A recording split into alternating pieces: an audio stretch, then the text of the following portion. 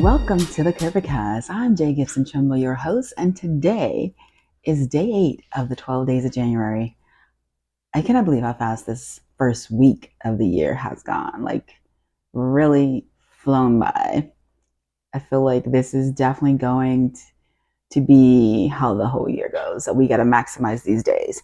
But anyway, yesterday on day 7, we talked about journaling and reminding ourselves to use it so that we can assess, check in, and make any changes or adjustments we need to make our lives, better, more functioning, happier, all the things. But also we talked about it using that process of journaling to also celebrate and embrace things like gratitude, my anchor.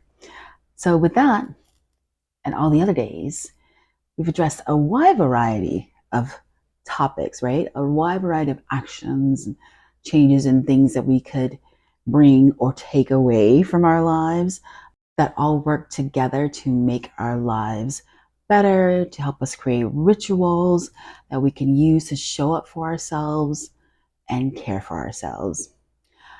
And as we all know, self-care is a daily ritual, at least it should be. I know there was conversation online, I forgot what it was, maybe a couple of years ago, when someone had posted, self-care isn't this, it isn't that, it isn't this. And I wrote a whole blog post because I'm like, self-care is whatever you need to take care of yourself, right?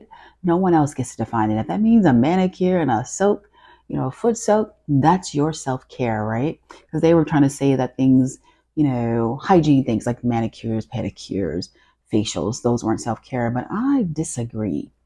Because once again, self-care is about self, and only you get to define what would make yourself feel cared for. So that was a whole interesting conversation. Thankfully, we've kind of grown as a whole, I feel, because now the main conversation in self-care, which pleases me to no end, is about rest. And that pleases me to no end because even with all the rituals and the routines, that and the tools that we're using and building to make our lives better, nothing trumps rest. Literally, absolutely nothing. I'm not sure if I mentioned it here on any episodes, the series this season, but at this juncture in my life, if I don't get a nap at least 2-3 times a week, preferably more, then a girl is not happy because my mood's affected, my productivity's affected. I mean, it's the difference between Queen Charlotte under the bed or Queen Charlotte on the throne scowling at somebody. My Bridgerton folks, you get the reference, right? So I think it's truly, truly vital that we make sure rest is the top priority for us. And I have definitely been reminded of that, like every single season that I've done this series, because I remember the first year back in 2017, I got crazy sick, probably day 3. It was just like, what? But I kept going. You can hear on the podcast, you hear me sounding like I got a frog in my throat. But it was because I was just trying to do so much. And then even a couple of seasons back, I think the one before this one, I was running my plant shop. I was trying to keep up my blog. I was trying to keep up my contracted work. I just wasn't getting enough rest. And I definitely wasn't getting my naps, which made me so sad because like I said, I'm a nap queen. I love my naps. They are vital for my life. Seriously. Not getting that rest in those naps was definitely showing. I was forgetting to do certain things, like hit publish, which I mentioned before that I had forgotten to hit publish before. And even this season, day 2, I didn't have enough rest. And that's why I felt I was so off my game on day 2, but trudge through because that's the goal, to keep staying consistent and getting it done. Even though I don't feel like it was my best, I still made it happen. But it would have been so much better had I been adequately rested. But also, even more so than it showing up in my productivity, shows up in my health. Especially in 2017, I was sick. And then just in general, when I'm not getting the rest that I need, I'm tired. I'm extra achy because I'm always achy because, I don't know if you know if I mentioned it here, but we have a lot of familial health issues, including arthritis. So I'm always battling that one.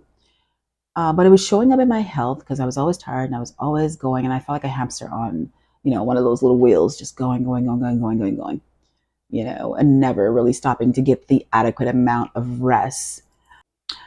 And so back to this season in the whole day 2 thing, I had to realize, and I realized it here day 6. Day 6, I realized that I had to change when I record the podcast, from nighttime to morning, because truth be told, I'm not a nighttime person. I'm much more of a morning person. But I was recording at night, sometimes 8, 9, 10 o'clock, and I was staying up past midnight. And that does not work for a girl who naturally wakes up before 5 a.m. Like, that ain't working. So I had to make the decision to prioritize rest, to prioritize making the change, being flexible with myself to make the change to a time that better suits the way my body operates, the way I function the best. So I want to encourage you today to make sure that you too make time for rest. And it could be as simple as adding naps, right, to your days. Maybe a couple of days a week, you get a little nap. Because I'm telling you, getting a nap changes everything for me. Changes everything. I feel like a whole new person. Once I've had some rest, I can get up and I'm doing everything. I'm so productive and I'm just feeling like I'm good to go. Honestly, a lot of times getting a nap feels better than sleeping overnight. A lot of times for me, it's just that little thing I need sometimes in the middle of the day just to keep me going. So I definitely encourage you to try to see if it could be helpful for you to start taking naps. Maybe you don't function that way. Maybe you don't need that. But even if it's not naps, maybe you could consider changing your bedtime or the time you get up. You remember we talked about getting up and ruining your own day. Maybe you're getting up too late. Maybe you're getting up too early. But it's just taking note of these things and how you feel if you made changes, right? I think that's really, really, really important. And then also, it'll probably take changing other habits as well, right? Maybe less TV time, less screen time, less phone time, whatever your jam is, whatever your things are. Like me, I don't watch TV, but I watch YouTube. I listen to YouTube. I listen to a lot of movies. I watch a lot of movies. Mostly, I watch a lot of things that I've watched already, so I'm just listening their background. But I do watch a lot of movies, newer movies as well, while I'm doing other things, usually. But I also make time to go to the movies because that's my jam. I like movies. But maybe it just requires you to make some adjustments with those kind of things. So that way, this 24 we get every day is only so long. But if you made those changes, maybe you're able to maximize the amount of rest that you're getting so that you're even more, like I said, available, productive, into, you know what I mean, actively participating in your life, and your mood is not cranky and all the things, and your health is not suffering. And also, maybe it requires you to delegate more. Like if you live with other people, maybe you need to delegate some things off to folks so you can get more rest. Or just in general, maybe you need to set more boundaries so that you can make room in your days for you to get the adequate amount of rest that you need.